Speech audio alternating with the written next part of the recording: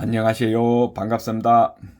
관악산 진달래가 만발한 시절, 총선 유세가 한창인 오늘은 2024년 3월의 마지막 날인 31일 일요일 아침 한국적 감성 리더십 자료 제공을 목적으로 방송하는 리더십 TV 237번째 시간입니다.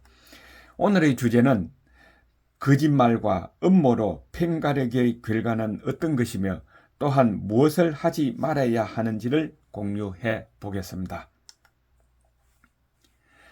민족의 악패인 지방 편견에 도전한 홍경래는 고려 유미님을 자처하고 그 반항적 기고를 가통으로 한 용광군 담이면 서정리의 남양 홍씨 가문에서 태어났습니다.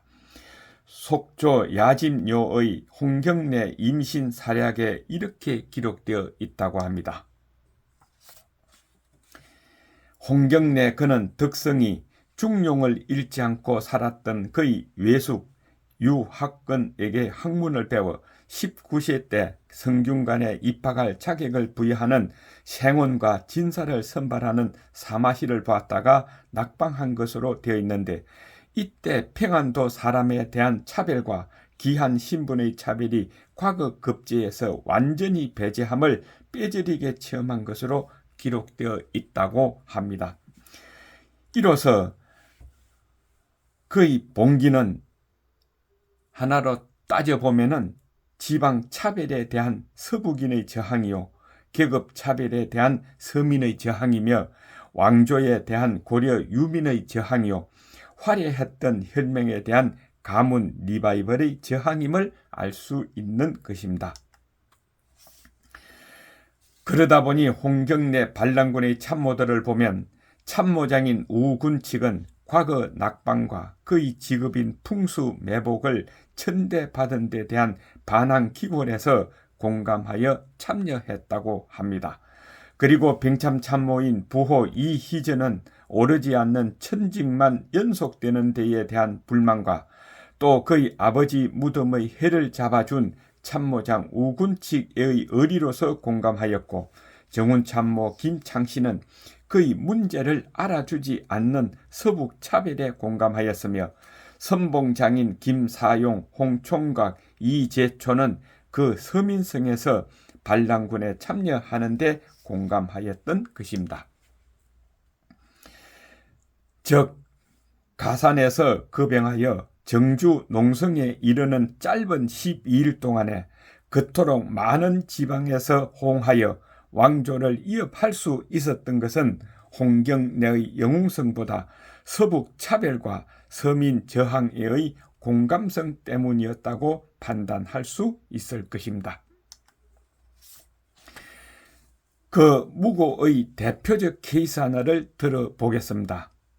조선 숙종 때 무슨 영문인지도 모르게 평안도 사람의 과거 급제를 막는 절과령이 내려진 일이 있었습니다.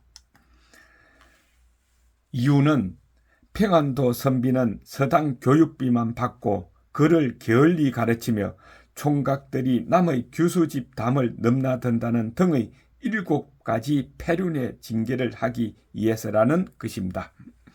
이 악의에 찬 모략으로 왕과 조정을 설득시켜 30년 절과라는 보복을 한 그 장본인은 평안도의 암행의사로 갔던 여필이로 그의 아버지의 사촌 형제인 여겸제가 평안도의 자산 군수와 철산 부사를 역임하는 동안 악정을 일삼아 파직된 데 대한 원한으로 이 같은 묘략의 보고를 함으로써 원한풀이를 한 것이라는 것입니다.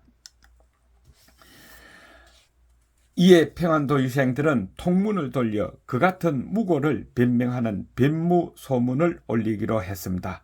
당시 학문가 문장으로 이름이 높던 덕천부사 이시양을 앞세워 한국지방 편견사의 역사적 마커가 되는 유명한 관서 변무소를 올리게 됩니다. 이 장문의 변무소에는 여필이가 무고한 7가지 조목을 실예를 들어 조목조목 변명하고 여필이가 이 같은 내용의 사실을 살펴보지도 않았음을 그 문장에서 구체적으로 따져 잘못을 실정하여 지적하기도 했습니다. 이렇게 거짓말과 음모 그리고 차별의 결과는 다양한 방법으로 저항을 가져오게 되며 유능한 인재를 놓치게 됩니다.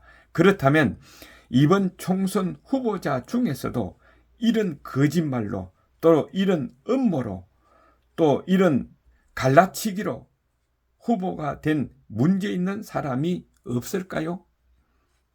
있다면 합법적인 투표로 심판해야 할 것입니다.